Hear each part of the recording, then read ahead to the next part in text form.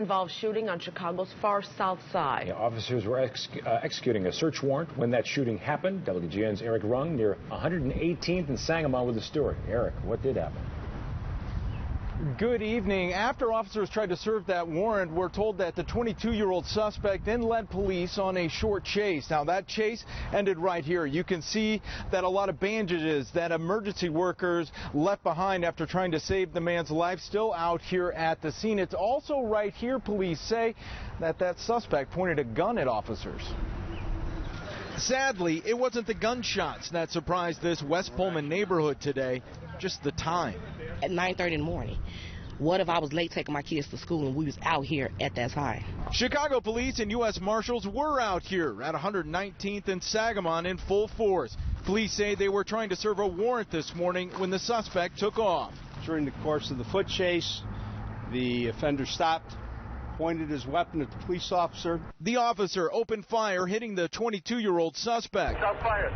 With a gun, squad, man with a gun. 119 segment. Shots fired. His family has identified him as Tarek Beasley. We are told he is in stable condition. His family says they've gotten no updated information from the hospital. Police say they found his weapon. Saw something flying over the gate. Something silver, who knows what it was. This witness didn't want to be identified, but she told us police searched her side yard.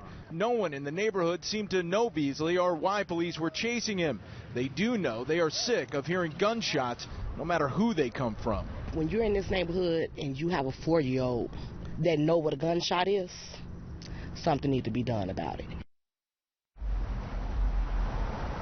The officer that fired the shot will be on paid administrative duty for the next 30 days. That's just per the department's new policy on officer-involved shootings. Also, the Independent Police Review Authority will be investigating this shooting. We're live in the West Pullman neighborhood. I'm Eric Rung, WGN News. Thank you, Eric. Tonight, Chicago residents getting the chance to see the new Chicago Police Superintendent patrol the streets with a body camera. Superintendent Eddie Johnson and First Deputy Superintendent John Escalante will put on body cameras for the first time while on patrol. Excerpts from the evening will be put on the department's Facebook page. They'll start at 8:15 at Madison and Cicero.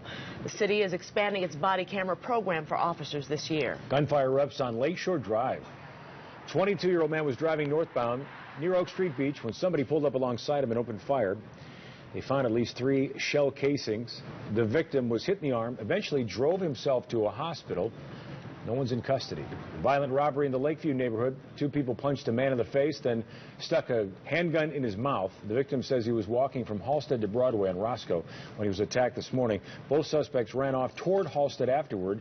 Again, no one in custody. Mother in Harvey taking action when she saw a boy on the street with a gun. Video of what she did has gone viral, and now she's being honored for taking a stand. I just saw you walking with this damn gun down the street. This is how kids get shot. Why are you walking with this? Not today. He don't need it either. Tell your mama I got it. She know how to reach me. Wow. Stacey Davis stopped her car when she saw that boy carrying a gun down the street in Harvey last month.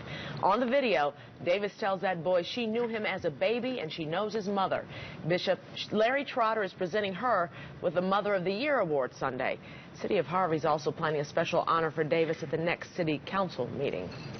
Still no identity released on a man in his early 20s killed in a chain reaction collision on the Kennedy Expressway this morning near Harlem Avenue.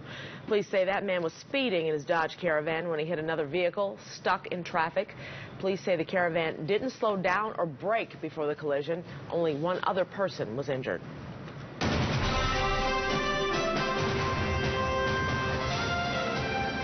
Decision 2016, the head of the Republican National Committee is trying to bridge the gap between Donald Trump and the rest of the Republican establishment. The RNC has arranged a meeting between